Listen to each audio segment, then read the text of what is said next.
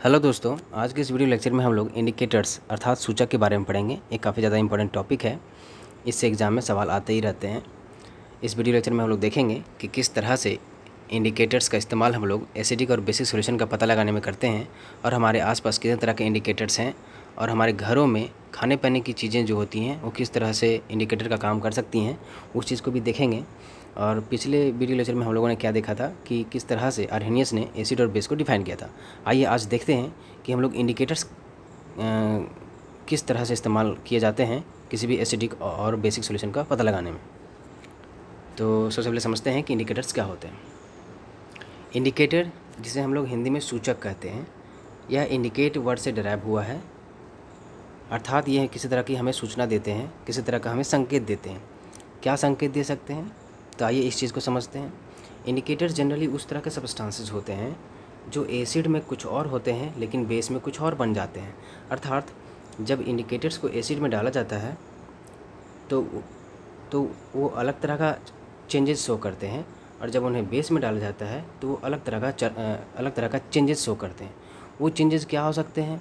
वो चेंजेस उनके कलर में हो सकता है, वो चेंजेस उनके ऑर्डर में हो सकता है। अर्थात जब हम लोग किसी इंडिकेटर के बारे में बात कर रहे हैं तो इंडिकेटर को किस तरह से डिफ़ाइन कर सकते हैं कि वो सारे सब्सटेंस जो एसिड में अलग कलर देते हों और बेस में अलग कलर के हो जाते हों, या वो सारे सब्सटेंस जो एसिड में अलग तरह का गंध देते हों और बेस में अलग तरह का गंध देते हों, तो हम लोग उन्हें इंडिकेटर के रूप में इस्तेमाल कर सकते हैं। अर्थात वो इंडिकेटर कहे जाते हैं।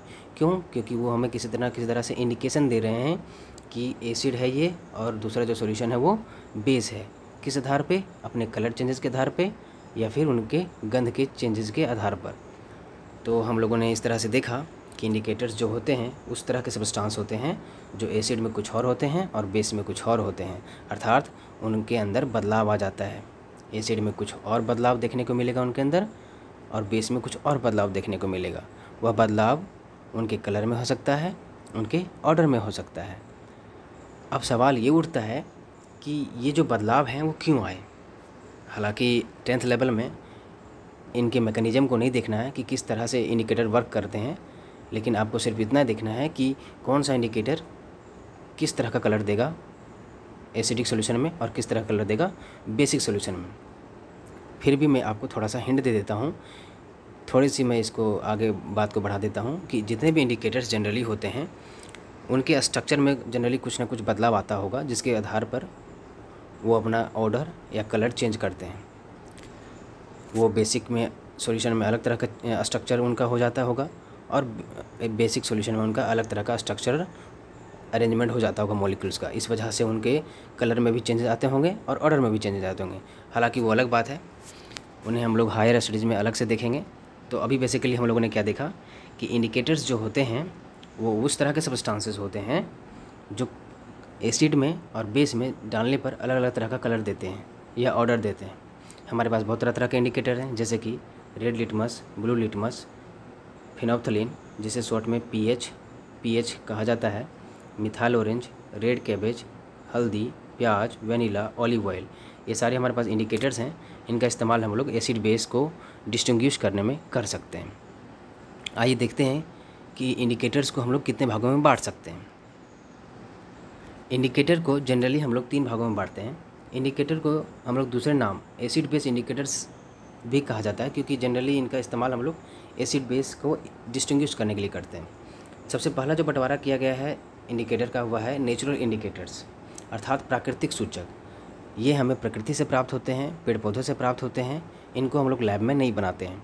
जैसे कि हमारे पास बहुत तरह तरह के नेचुरल इंडिकेटर्स हैं, जैसे लाल पत्ता गोभी, हल्दी, लाल लिटमस, नीला लिटमस, हाइड्रेंजिया, पेटूनिया, जेरानियम।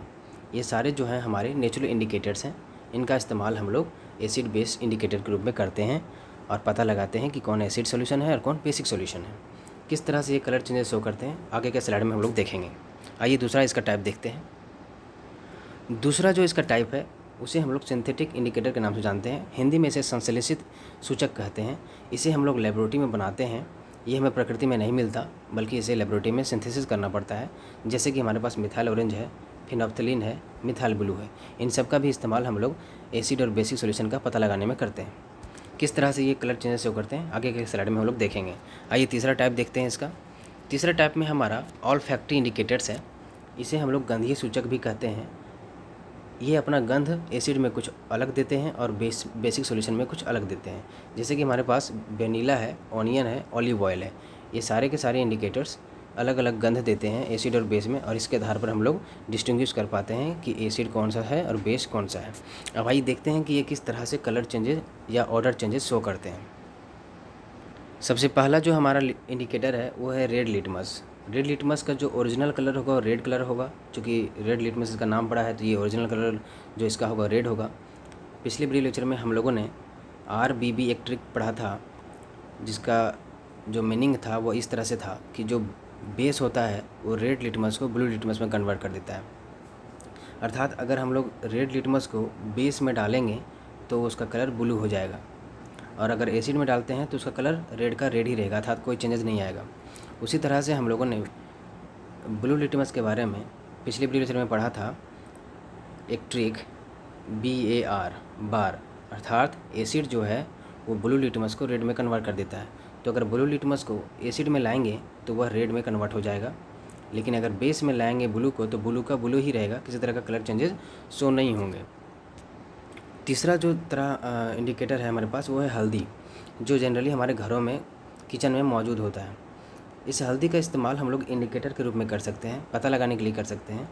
जैसे कि इस हल्दी का जो ओरिजिनल कलर है वो येलो है। जब इसे एसिड में डालते हैं तो वो येलो ही रहता है, लेकिन जैसे ही बेसिक सॉल्यूशन में जब हल्दी को डालेंगे तो वह red colour, reddish brown colour का हो जाएगा। उसी प्रकार से हमारे पास लाल पत्ता गोभी का जूस है, जनरली वो पर्पल कलर का होता है। उसे अगर एसिड सॉल्यूशन में डालते हैं तो वो उसका कलर रेड हो जाएगा, और बेसिक सॉल्यूशन में उसका कलर जो है ग्रीनिश येलो हो जाएगा। उसी तरह से हमारे पास ये सारे नेचुरल इंडिकेटर्स हो गए। अब हमारे पास सिंथेटिक इंडिकेटर है फिनोल्फ्थलीन और मिथाइल ऑरेंज। फिनोल्फ्थलीन का जो ओरिजिनल कलर है वो कलरलेस है।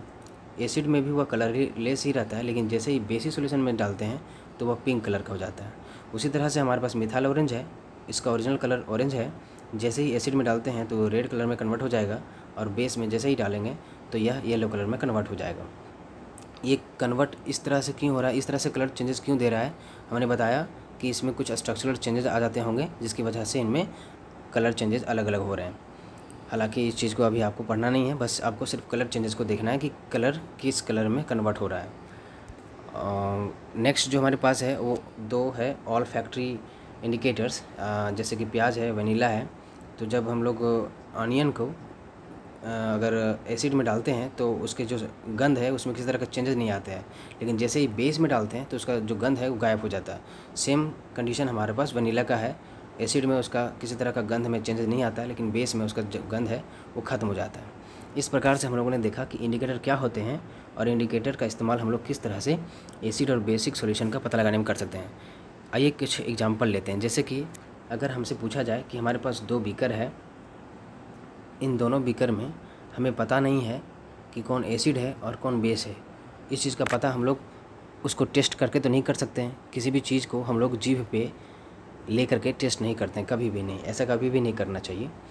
तो हम लोग कैसे पता लगाएंगे? अगर आपसे पूछा जाए, अगर आपको दिया जाए सिर्फ रेड लिटमस आपको दिया जाए और बोला जाए कि रेड लिटमस आपके पास है, आप पता लगाइए कि जो दो बीकर हैं, बीकर ए और बीकर बी, किस में एसिड है और किस में बेस है, तो कैसे पता लगाएंगे? तो हम लोगों ने ट्रिक पढ़ा था RBB, अर्थात बेस जो होता है वो रेड को ब्लू में कन्वर्ट कर देता है। तो अगर हमारे पास रेड लिटमस दिया गया है और रेड लिटमस को सबसे पहले एसिड बीकर ए में डालते हैं, अगर रेड का रेड ही रहा तो मतलब वो एसिड है, और अगर रेड लिटमस जो है वो ब्लू में कन्वर्ट हो गया सॉल्यूशन बी में डालने पर, तो मतलब वो बेसिक सॉल्यूशन था।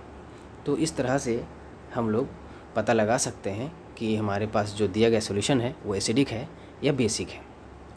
आई होप आपको इंडिकेटर्स के बारे में सारी बातें समझ में आ गई हों, और किस तरह के कलर चेंजेस शो करते हैं अलग अलग तरह के इंडिकेटर, वो भी समझ में आ गया हो। अगर किसी तरह का डाउट हो तो आप मुझे कमेंट सेक्शन में पूछ सकते हैं। Thank you for watching my videos. Please do subscribe and share to your friends and colleagues. Thank you.